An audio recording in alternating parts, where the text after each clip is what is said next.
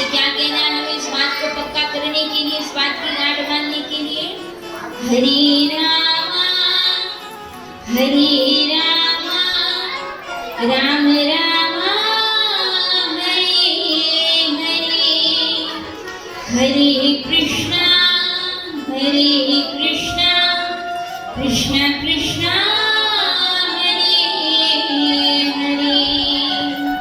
तो यहाँ संतों के द्वारा बताया गया हरि सम जन कछु वस्तु नहीं, परमात्मा के समान अन्यत्र किसी वस्तु का मोल नहीं बताया गया है संतों की दृष्टि में। इसलिए सर्वाधिक मूल्यवान भगवान के नाम का जितना अधिक हो सके जाप करना चाहिए। उनके गुणानुवाद को, लीला कथा, चित्र की कथा को श्रवण अवश्य ही करना चाहिए। अब आपकी एक पति की बात बताते हो, ध्यान से सुनिए। अब यहाँ पर संतों के द्वारा बार बार एक बात बताई जाती है आपको, बार बार हर संत के द्वारा हर कथा में आपको ये बात सुनने को मिलती है कि कलयुग केवल नाम आधारा सुमर सुमर नर उतर ही पारा। इस कलयुग में अगर कोई तरने का, मोक्ष प्राप्त करने का, इस भवसागर से पार करने का सरल साधन है तो वो नाम ही, भगवान के नाम में ही सामर्थ्य है जो आपके जीवन के हर कष्ट से आपको उभार सकता है। अब ये बात तो हमने कई बार सुनी है, लेकिन हमारी समस्या तो कुछ अलग ही है। क्या समस्या है? ये समस्या है कि महाराज जी जब भगवान का नाम जाप करने बैठते हैं ना तब मन नहीं लगता। अगर कोई भी सांसारिक काम या घर का कोई काम करने बैठते हैं तो बड़ा मन लगा करके करते हैं, लेकिन जब हाथ में माला झोली लेकर के भगवान का नाम जाप करने का समय आता है तो दिन भर के जितने भी विचार हैं, जितने भी संकल्प विकल्प है उसी समय मन में उठते हैं महाराज। उसी समय सारे विचार जो है चित्तवती में उत्पन्न हो जाते हैं। तो सबसे बड़ी समस्या यह है कि हमने तो सुना है संतों के मुख से बार बार कि कलयुग में नाम का जाप करना चाहिए, लेकिन क्या करें हमारा मन नहीं लगता। तो हम क्या करते हैं, क्या कहते हैं कि अगर भगवान के नाम जाप को करने में, माला करने में मन नहीं लग रहा, तो जब मन नहीं लग रहा तो ऐसा जाप करने से क्या मतलब है? तो माला झोली बगल में रख करके फिर काम करने लग जाते हैं। सोचते हैं जब मन लगेगा फिर भगवान का नाम जप करेंगे, जब मन लगेगा तब जाप करेंगे, तब पुण्य फल प्राप्त होगा। तो यहाँ एक भक्त ने जो है उनके गांव में एक महाराज जी कथा करने हुआ, तो उनसे जाकर के पूछता है महाराज जी अगर भगवान का नाम जाप करने में मन नहीं लगता और मन नहीं भी लगना फिर भी अगर हाथ में माला लेकर के राम राम राम राम राम राम राम राम हम करते हैं तो क्या ऐसे किए हुए मंत्र जाप का पूरा पूरा फल व्यक्ति को प्राप्त होता है?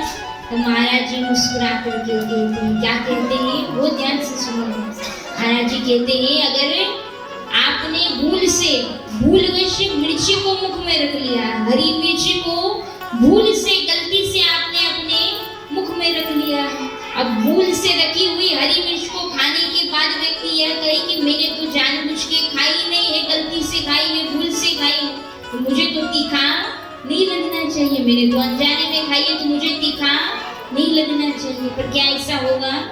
मिर्ची का स्वभाव है तीखा लगना, चाहे जानकर खाओ चाहे अनजाने में खाओ। मिर्ची खाई है तो तीखा अवश्य ही लगेगा।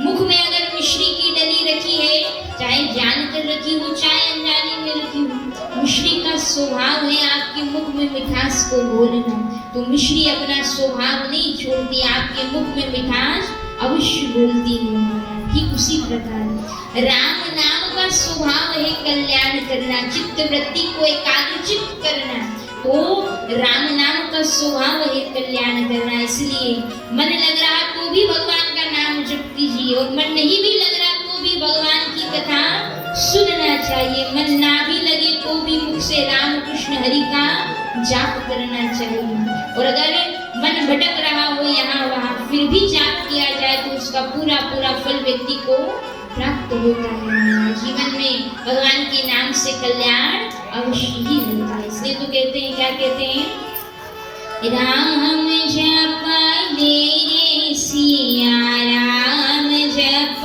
ले, राम जप ले रे सिया राम जपने मारा सावरिया करसी बेड़ो पार रे राम जीरो नाम जप रे मारा सावरिया करसी राम जीरो नाम जप रे राम जप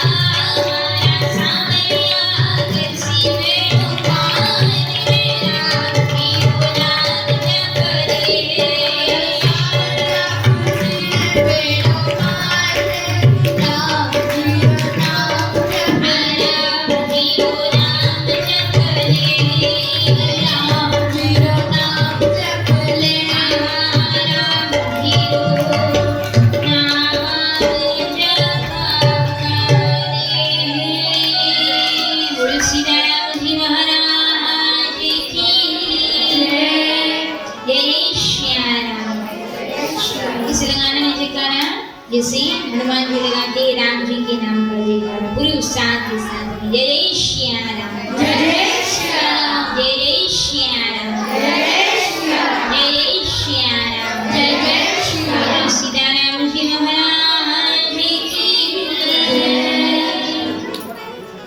तो यहाँ आज हमारी प्रथम दिवसीय श्रीमद् भागवत कथा को श्रवण करने कई अतिथि पधारे। आप श्री का व्यास मंच के द्वारा खूब अभिनंदन आभार हम हृदय से व्यक्त करते हैं महाराज को, क्योंकि हमारी सनातन संस्कृति हमें सिखाती है अतिथि देवो भव।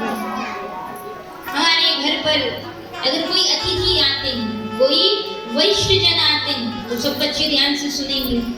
एक अच्छे नागरिक होने का, एक अच्छा संस्कारी घर के संस्कारी बालक का ये लक्षण होता है, उसका ऐसा स्वभाव होना चाहिए और ऐसा स्वभाव होता भी है, क्योंकि माता पिता के द्वारा उत्तम उन्हें शिक्षा दी जाती है, संस्कार दिए जाते हैं। तो एक उत्तम बालक के क्या संस्कार होते हैं, अच्छे माता पिता के, अच्छे संतान के क्या संस्कार होते हैं कि घर पे अगर कोई आपसे वरिष्ठ व्यक्ति आता है, आपके आचार्य आते हैं, गुरुजन आते हैं, आपके घर पर अगर कोई अतिथि आते हैं, अतिथि मतलब मेहमान आते हैं, तो जब वे आते हैं तो आपको क्या करना चाहिए? जैसे ही पता चला कि हमारे घर पर अतिथि आए, हमसे कोई बड़ा व्यक्ति हमारे घर में प्रवेश करता है, तो आपको अपने स्थान पर खड़े होकर के दोनों हाथ जोड़ करके मस्तक झुका करके प्रणाम करना चाहिए। और आपको ऐसा करता देख करके आए हुए अतिथि के मन में सबसे पहला विचार क्या आएगा? सबसे पहला विचार क्या आएगा? इसकी माता पिता बड़े संस्कारवान होंगे, अवश्य बालक कोई अच्छे परिवार से होगा। अच्छे परिवार का बालक है, इसलिए तो माता पिता के द्वारा अच्छे संस्कार दिए गए हैं कि बड़ों का सम्मान और सत्कार करना चाहिए। स्वयं अमानी रह करके जो अपनों से बड़ों का मान करता है, सम्मान करता है, परमात्मा के द्वारा समाज में, भविष्य में, जीवन में उसका सम्मान अवश्य होता है। एक सम्मानित पद पर जाकर वो आरूढ़ अवश्य ही होता है। तो इसलिए हम सभी बच्चों को कथा के माध्यम से क्या सीखने को मिलता है कि जब भी घर में कोई बड़े आते हैं, आपसे बड़े आते हैं, मेहमान आते हैं, तो अपना स्थान छोड़ करके, और सबसे जरूरी है अपना फोन छोड़ करके, मोबाइल छोड़ करके आए हुए अतिथि का सत्कार करना चाहिए। सत्कार कैसे करना चाहिए? हाथ जोड़ करके मस्तक लगाकर राधे कृष्ण प्रणाम नमस्ते करना चाहिए। अच्छे बालक के संस्कार होते। सीताराम जी महाराज की जय। अच्छा, बच्चों को बात समझ में आई? बड़ों को बात अच्छी लगी कि नहीं लगी? हाँ जी के नाम जी? अच्छा, कथा समझ में आ रही कि नहीं आ रही? आ रही? हाँ जी के नाम जी? पक्की बात? तो फिर थोड़ा जोर से बोलोगे आप, तो फिर पता चलेगा ना। जय जय श्या राम, जय जय श्री राम, जय जय श्या राम, जय जय श्री राम, सीताराम जी महाराज की जय। तब बहुत ध्यान से सुनिए। यहाँ प्रथम दिवसीय श्रीमद् भागवत कथा के महात्म्य में वर्णन किया गया है। किस बात का वर्णन किया गया है? महात्म्य की इस सुंदर प्रथम दिवसीय कथा में एक श्लोक आता है, जिस श्लोक में वर्णन किया गया है भागवत कथा के आरंभ में जो कलश यात्रा निकाली जाती है। आप मस्तक पर पानी से भरा हुआ कलश लेकर के उसमें आम पत्र डाल करके, अशोक के पत्ते डाल करके, श्रीफल रख करके जो कलश यात्रा निकाली जाती है, तो उस कलश यात्रा के विषय में महत्व बताया गया है प्रथम दिवसीय कथा में, भागवत में। क्या महत्व बताया गया है?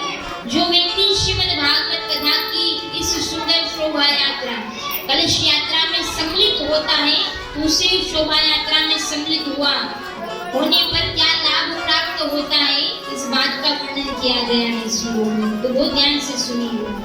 यहाँ श्रीमद् भागवत कथा के महात्म्य के श्लोक में वर्णन किया गया है कि श्रीमद् भागवता पुण्यं दशवा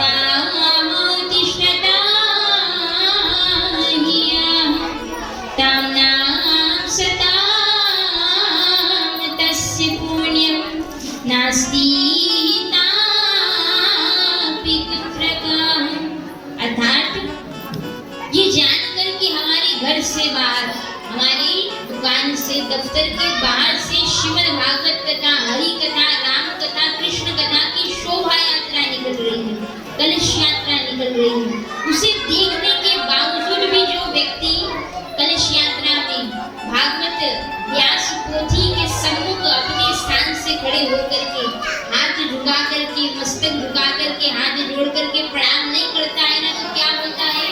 प्रथम दिवसी भागवत के महात्मा के श्लोक में वर्णन किया गया है, जो व्यक्ति श्रीमद् भागवत कथा की शोभा यात्रा को देख कर भी अपने काम में जो का त्यों बना रहता, न मस्तक झुकाता, न हाथ जोड़ता, न व्यास पोथी को नमन करता है, ऐसे व्यक्ति के 1 वर्ष का किया हुआ पुण्य फल उसी समय शून्य हो जाता है, शून्य हो जाता है। तो इसलिए यहाँ वर्णन किया गया है।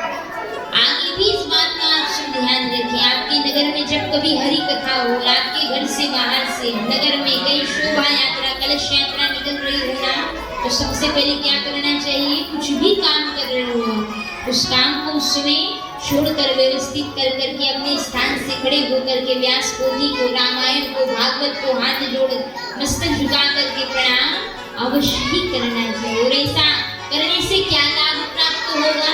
इससे ही लाभ प्राप्त होगा कि आपको ऐसा करता देख करके परम पिता परमेश्वर प्रसन्न होते हैं। अच्छा, परमात्मा प्रसन्न होते हैं तो क्या हो जाता है? बहुत ध्यान से सुनिएगा। अगर आपके नगर में कोई बड़ा पदाधिकारी व्यक्ति आता है, कोई राजा जी आते हैं, तो जब राजा कहीं पर भ्रमण के लिए जाते हैं तो उनके साथ बड़ा मंडल चलता है ना, बहुत सारे लोग उनके साथ चलते हैं, उनके अधीनस्थ कार्यकर्ता चलते हैं, मंत्रीगण चलते हैं राजा जी के साथ में, और राजा जी तो बढ़िया रथ पर आरूढ़ होकर के निकलते हैं अपने नगर में भ्रमण के लिए।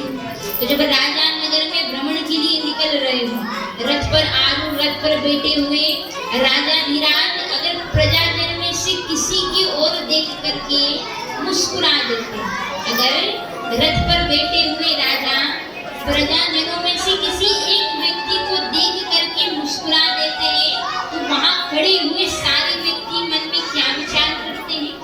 वहां खड़े हुए सारे व्यक्तियों के मन में क्या विचार आता है कि राजा जी इस व्यक्ति को देख करके मुस्कुराए, मतलब अवश्य राजा जी का कोई जानकार व्यक्ति होगा, हो सकता है कोई पुराना मित्र होगा, हो सकता है कोई पुराना मित्र हो, कोई इनका सगा संबंधी हो, तभी तो राजा हम में से किसी को भी नहीं देखा, केवल इसी व्यक्ति को देख करके मुस्कुराए। तो क्या होगा? उस राजा के किसी व्यक्ति को देखकर मुस्कुराने से उस व्यक्ति जिसकी ओर देख करके राजा मुस्कुराए हैं, पूरे समाज में, पूरे प्रजाजनों में उसका मान सम्मान बढ़ जाता है। सब लोग बड़ी पूछ करने लगते हैं, बड़ी मनोहार करने लगते हैं उसकी, क्यों? क्योंकि राजा को कोई पहचान का व्यक्ति होगा, तभी तो राजा उसकी ओर देख करके मुस्कुराए। जैसे एक साधारण से मनुष्य को कोई राजा देख लेता है तो देखने भर से, मुस्कुराने भर से समाज में उसकी मान प्रतिष्ठा बढ़ जाती है। तो सोचिए, राजाओं के भी राजा सावरिया सेठ जिसे देख करके प्रसन्न हो जाते हो, मुस्कुरा देते हो, उसका मान तो इस लोक में बढ़ता ही बढ़ता है, अन्यत्र उस लोक में भी उसका मान सम्मान बढ़ जाता है।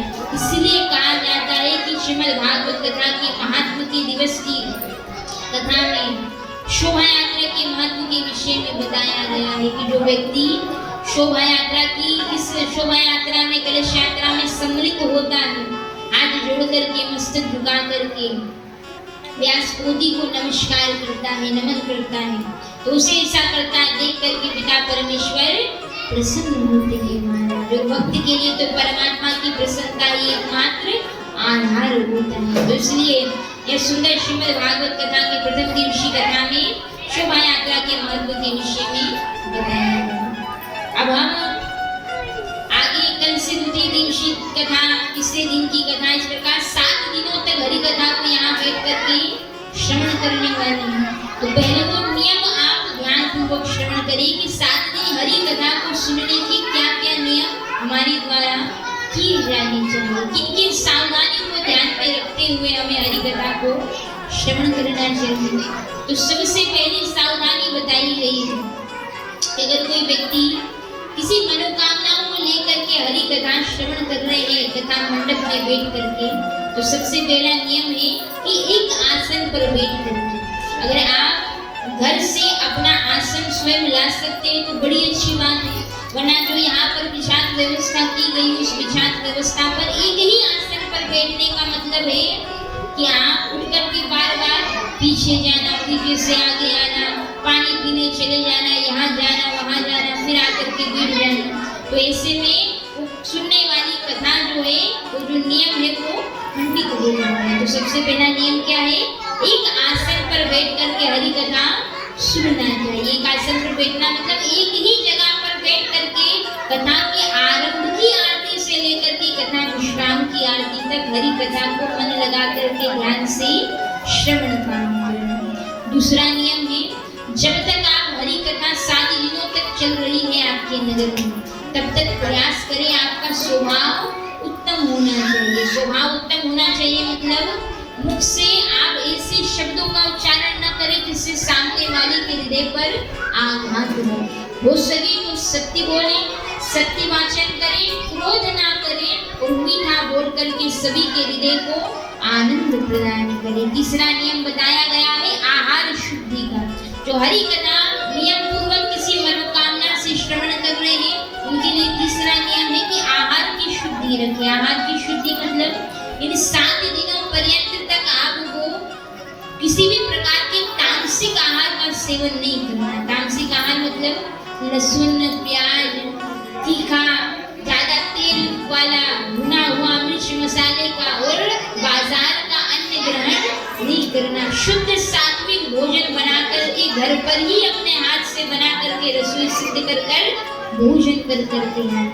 अब इसे जो नियम बताया गया है कि कथा से पहले अन्न ग्रहण नहीं किया जाता। नियम है कि कथा से पहले अन्न यानी भोजन नहीं करते। कथा से पहले फलाहार कर लीजिए या फलाहार में जो भी व्यंजन जो भी सामग्री आती है वो आप पाकर के आ सकते हैं। तो कथा सुनने के बाद जाकर के भोजन ग्रहण करके अपने पहले दिन की श्रीमद् भागवत कथा के श्रवण का नियम पूरा हो जाता है। तो इस प्रकार 7 दिनों तक आहार की शुद्धि पर विशेष ध्यान रखना है आपको। अगर आप व्रत नहीं रख सकते हैं, अच्छा ये नियम केवल इसलिए बताए जाते हैं ताकि आप एकाग्रचित होकर के आपका मन यहाँ वहाँ ना भटके और आप पूरा मन लगा करके हरि कथा को श्रवण करें। इसलिए कहा जाता है क्योंकि आप भोजन करके अगर कथा में बैठते हैं तो आलस्य आता है, नींद आती है। जब नींद आती है, आलस्य आता है तो आप बड़ी प्रकार से कथा नहीं श्रवण करते, जिससे आपको पुण्य फल नहीं प्राप्त होगा। इसलिए कहा जाता है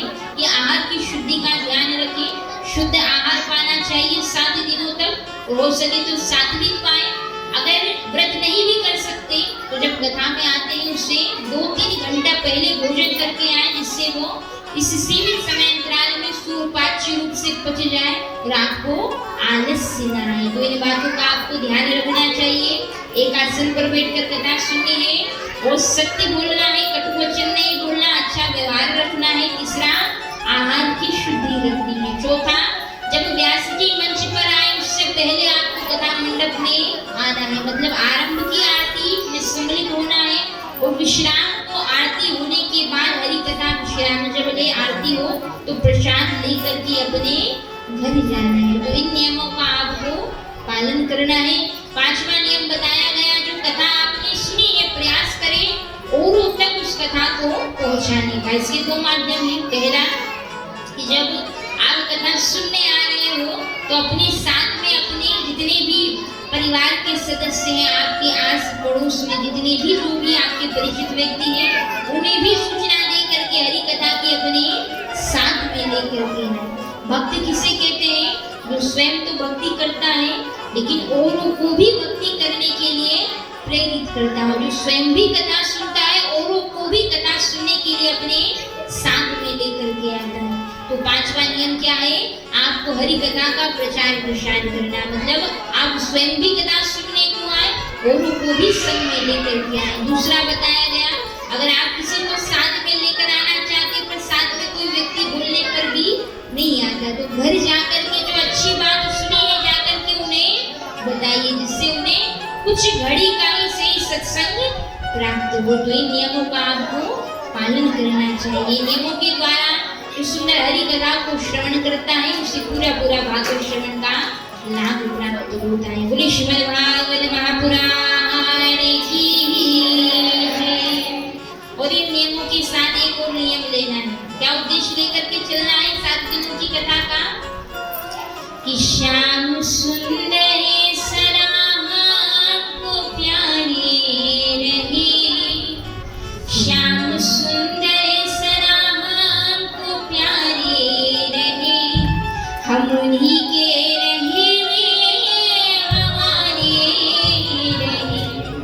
ये बात भक्ति करनी है, गाढ़ बांध करके रखना है आपको कि 7 दिनों में ऐसी भक्ति करना है कि हम तो भगवान के हो जाए, भगवान हमसे प्रसन्न होकर हमारे हो जाए। तो 7 दिनों तक नित्य आकर के यहाँ कथा में बैठ करके 3 बार ये बात बोलनी है। क्या बोलना है कि हे प्रभु मैं जैसा तैसा तेरा हूँ। क्या बोलना है? हे प्रभु मैं जैसा तैसा तेरा हूँ और प्रभु आप मेरे हो। हे प्रभु मैं तुम्हारा और तुम मेरे हो। जब बार बार 7 दिनों तक इस बात को 3 बार आप बोलेंगे तो क्या पता परमात्मा प्रसन्न होकर के, ठाकुर जी किसी दिन प्रसन्न होकर के कबहू तो 3 दयाल के सुनाई पड़ेगी क्या? कभी ना कभी तो आपकी पुकार उनके कानों तक जाएगी और किसी दिन प्रसन्न होकर के परमात्मा स्वयं दोनों भुजाएं उठा करके आपसे कह दे, हाँ भक्त आज से तू मेरा और मैं तेरा हूँ। तो ये कब होगा? जब आप सत्संग में आएंगे। तो इसलिए तो कहते हैं कि चलो रे चलो सत्संग सत्संग मोटो काम छे, सत्संग माथी भजा लेने सबने जय श्री कृष्ण जय भाई, सबने जय श्री कृष्ण जय भाई, सबने जय श्री कृष्ण जय। ओ चलो रे चलो सत्संग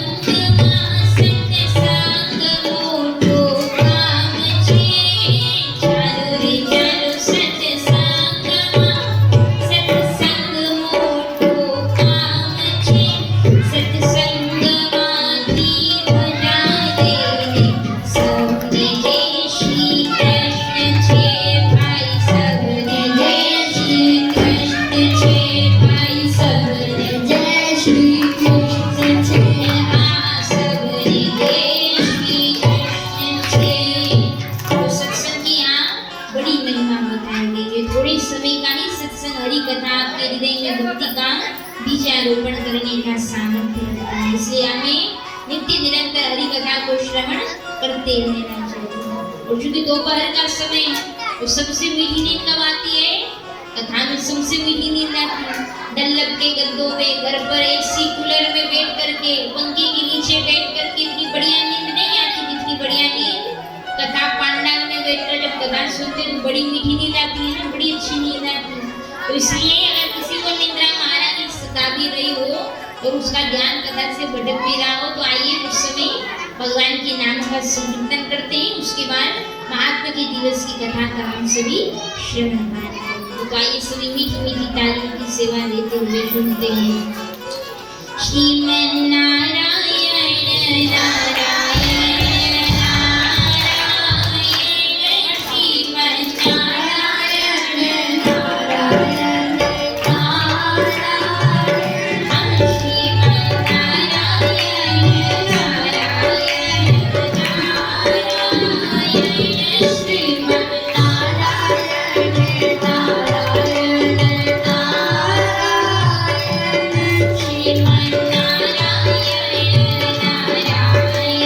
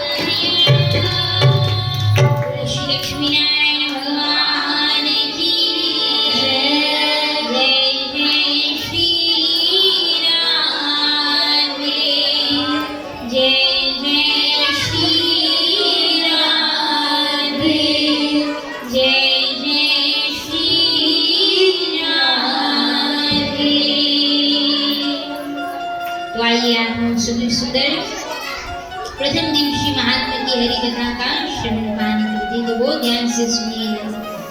यहाँ प्रथम दिवसीय श्रीमद् भागवत कथा कुछ इस प्रकार से आरंभ होती है कि एक बार नैमिषारण्य तीर्थ क्षेत्र में हो 88,000 सोनकादिक ऋषि एकत्रित होते हैं। अब इतनी भारी संख्या में, भारी तादाद में 88,000 सोनकादिक ऋषि नैमिषारण्य तीर्थ क्षेत्र में एकत्रित हुए हैं। वैसे ही तो एकत्रित नहीं हुआ होगा इतना बड़ा संत समुदाय, कोई कारण रहा होगा जिस कारण से 88,000 सोनकादिक ऋषि नैमिषारण्य तीर्थ क्षेत्र में एकत्रित हुए। क्या कारण होगा, बहुत ध्यान से सुनिए। यहाँ श्रीमद् भागवत कथा प्रथम दिवसीय महात्मा की कथा में वर्णन आता है। जब संतों को अंदेशा होता है, सोनकादिक ऋषियों को जब अंदेशा होता है कलयुग के आगमन का, देखिए संतों के पास ये त्रिकाल दृष्टि, त्रिकालज्ञ होने का सामर्थ्य होता है।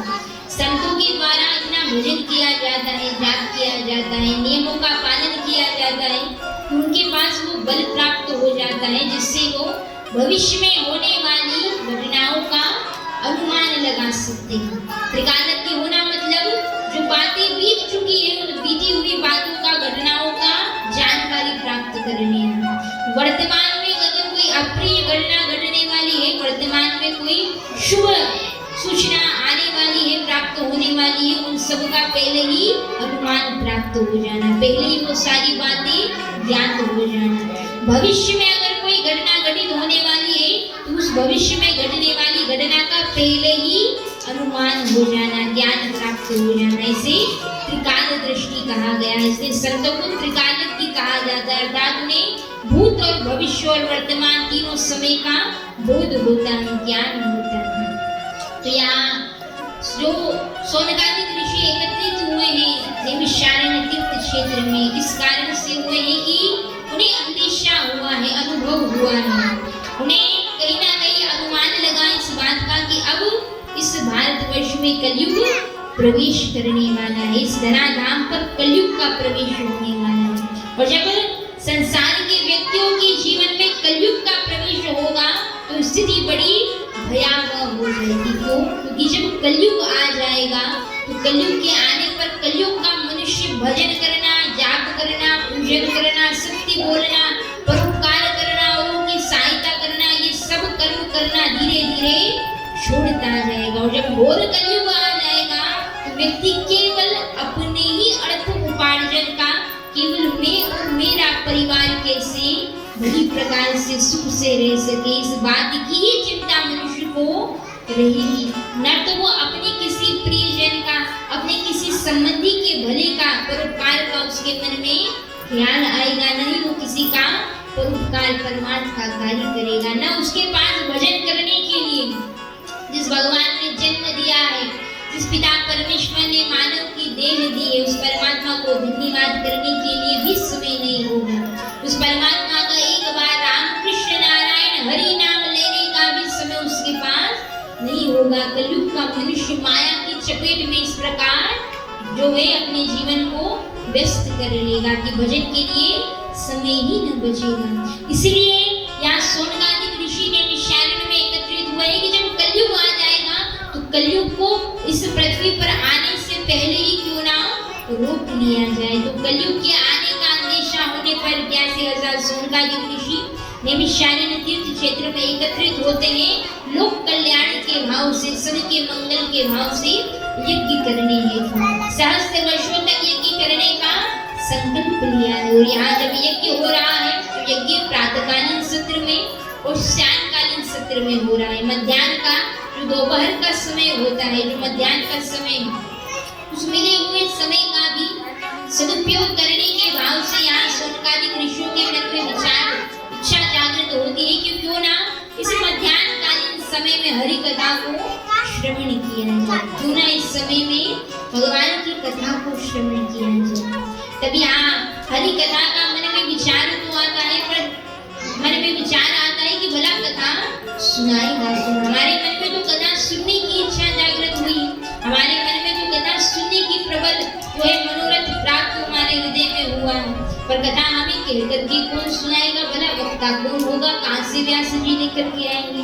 तब सोनकादिक ऋषि जो है अपने ही सोनक जी महाराज जो है सूत जी का चयन करते हैं, हाथ जोड़ करके सूत जी महाराज के चरणों में वंदन किया और कहा, हे सूत जी महाराज, आप कृपा करके हमें भगवान की हरि कथा सुनाइए। और हमने कथा तो अपने जीवन में बहुत सुनी, लेकिन हे सूत जी अब ऐसी कथा सुनाइए जिस कथा को सुन करके श्रवण करके हमारे जीवन में भगवान कृष्ण की भक्ति का पदारोपण, हमारे जीवन में जो भक्ति है उसका वर्धन हो, हमारे जीवन में भक्ति बढ़े।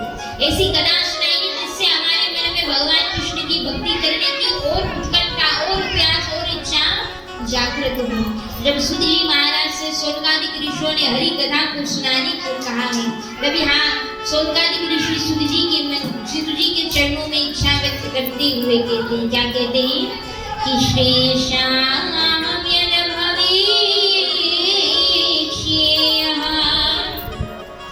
पावनानां च पावनं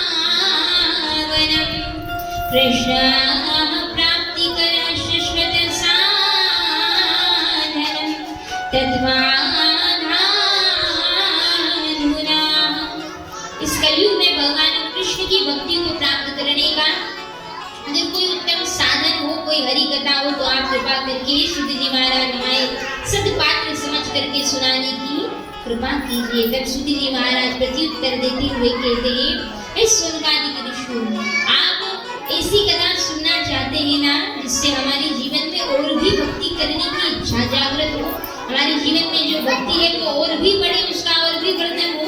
तो मैं आपको देवताओं को भी दुर्लभ ऐसी श्रीमद् भागवत की कथा श्रवण कराता हूँ, ऐसी श्रीमद् भागवत कथा सुनाता हूँ जिस कथा को सुन करके हृदय में भक्ति महारानी का प्रादुर्भाव होता है, भगवान कृष्ण की भक्ति का वर्धन होता है।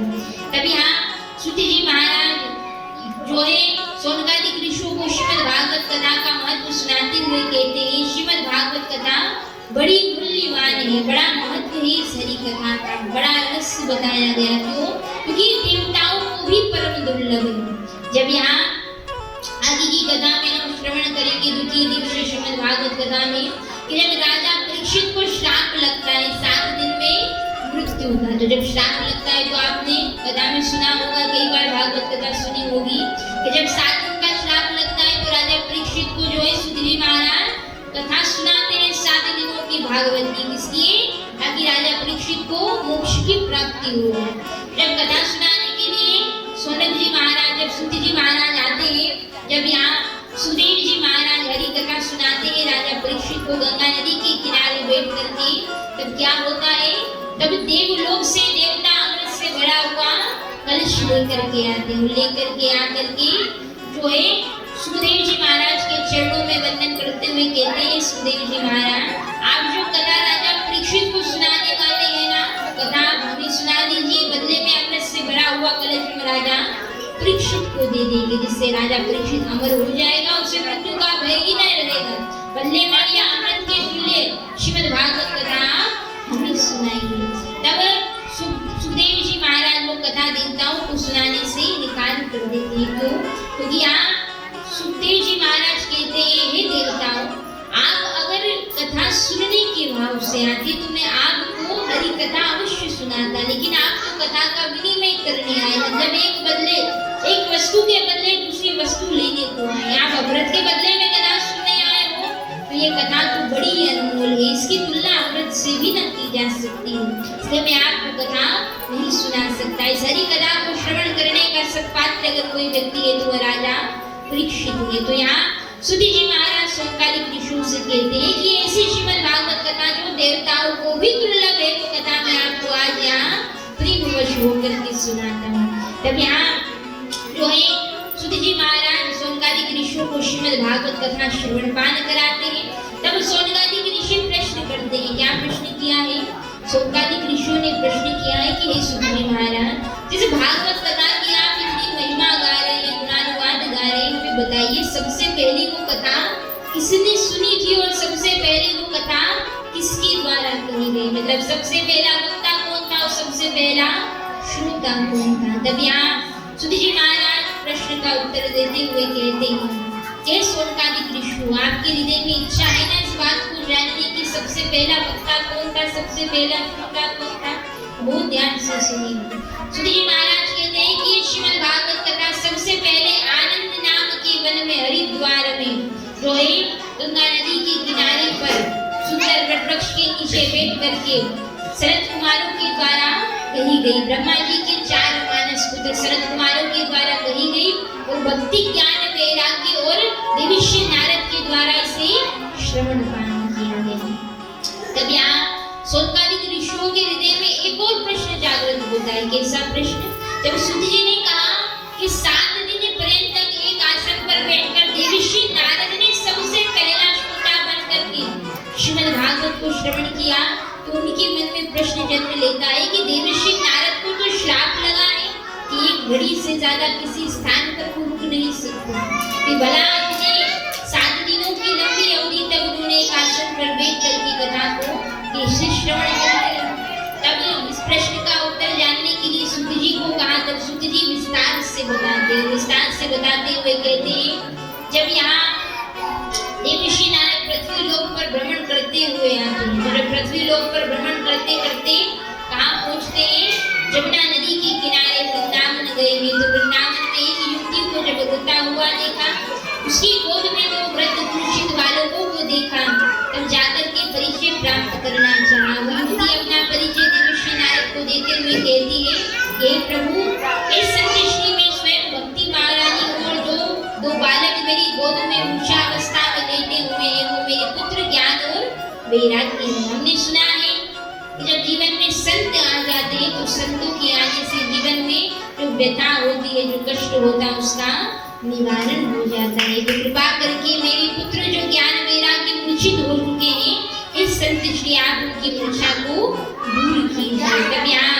संतों की महिमा को बताते हुए कहा गया है, क्या कहा है, जब देवर्षि नारद आते हैं तो भक्ति महारानी प्रसन्न हो जाती है। क्यों? क्योंकि संत आए हैं तो संत कथा सुना करके हमारे जीवन की व्यथा का निवारण अवश्य ही करेंगे, इसलिए संतों की महिमा बताई जाती है। और संत दर्शन से तो बड़ा से बड़ा पाप भी दूर जाता है महाराज। तो इसलिए कहा गया है, क्या कहा है, संतन के संग लाग रे तेरी अच्छी बनेगी, संतन के संग लाग रे तेरी अच्छी बनेगी, संतान के संग लाग रे तेरी अच्छी बनेगी,